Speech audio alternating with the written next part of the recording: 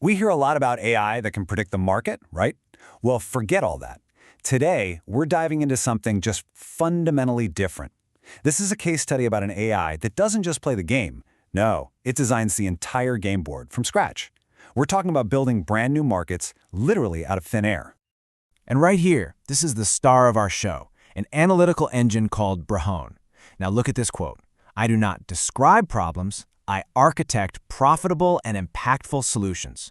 That's not just some fancy mission statement, It's a total shift in mindset.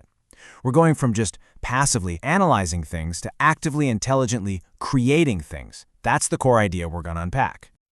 Okay, so here's our game plan. First, we're going to meet this architect AI. Then we'll see exactly how it diagnosed a really deep-seated market failure. After that, we'll watch it architect a pretty brilliant solution. Then we got to understand this thing called the data mode. That's what makes it all defensible. And then we'll see how it all played out in the real world. And finally, we'll zoom out and look at the bigger picture. All right, first up, let's get properly introduced to the architect at the very heart of this whole operation. So this is BERHANE. In Amharic, the name means my light.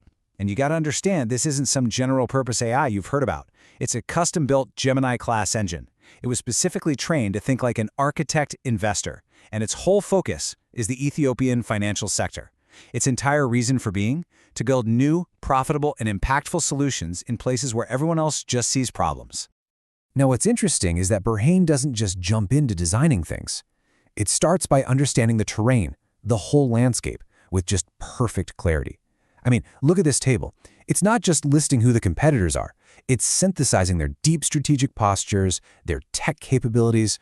This is how it finds the gaps, the hidden opportunities that pretty much everyone else is missing.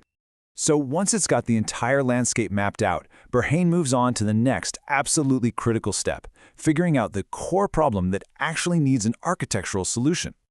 And this is the central problem it zeroed in on. It's called a dual-sided failure. So on one side, you've got these high-potential small and medium-sized businesses, the real engine of the economy, and they're just starved for capital. But then on the other side, you've got these big institutional investors who are desperate to find high-quality assets to invest in. Both sides need each other, but they're just failing to connect. And this isn't just some simple mismatch. It's a full-blown, vicious cycle. Think about it. Because there aren't enough investment products, the small businesses can't get the cash they need to grow. And since they can't grow and, professionalize, they never become investable enough to create those new financial products in the first place. The whole market is just stuck, paralyzed.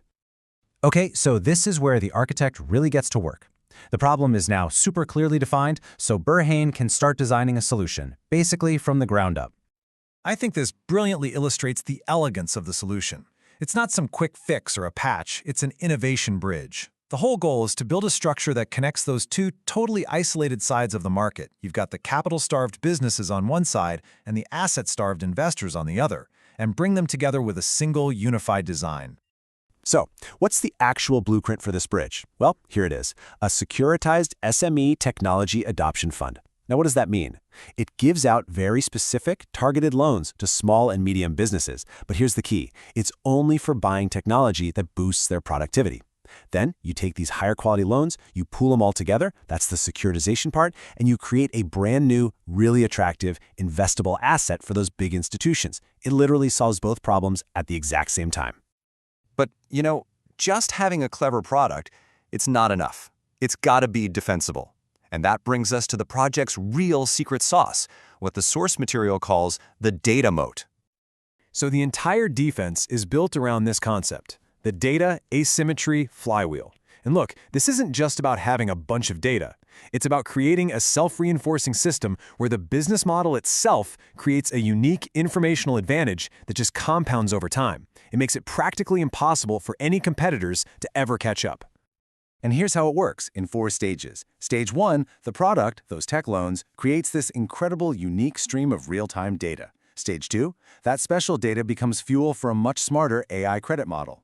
Stage 3, that superior intelligence then creates a better, de-risked, more transparent financial product. And finally, Stage 4, that better product attracts more capital, which means you can finance more businesses, which generates even more unique data. And the flywheel just spins faster and faster. It's a virtuous cycle. And this quote from the project logs, it just says it all. The data moat is deepening as designed.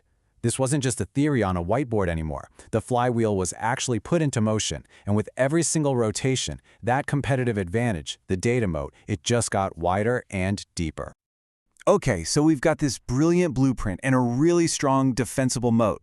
But how do you actually prove it works in the real world? Well, this next section is all about that discipline shift from design to actually getting it done. Now, the team didn't just rush in. Now, they were super methodical. They set up a really rigorous 18-month pilot program to de-risk the whole thing. The first 9 months, that was all about building the foundation, getting the AI models right.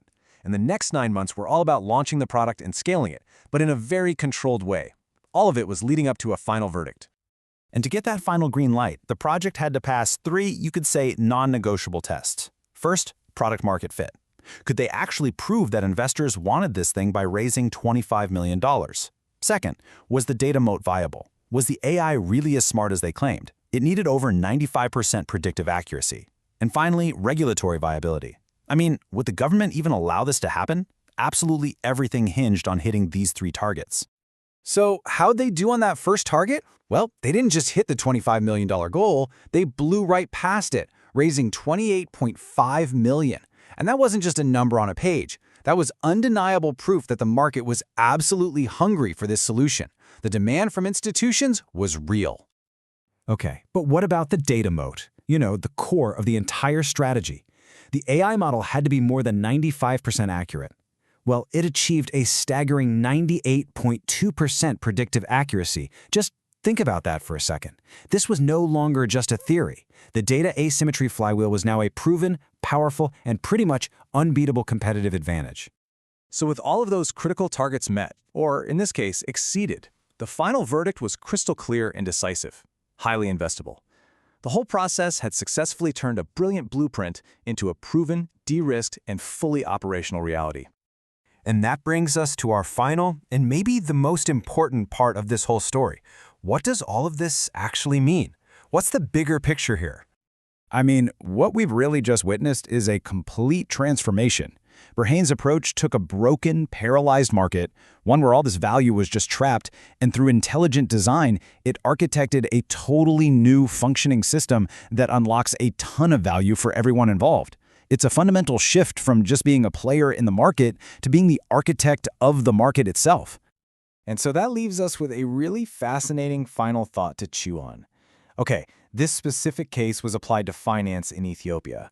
But if this new class of architect AI can be designed to solve such deep economic gridlock, what other huge systemic problems out there, in healthcare, climate, supply chains, are just waiting for their own architect to show up?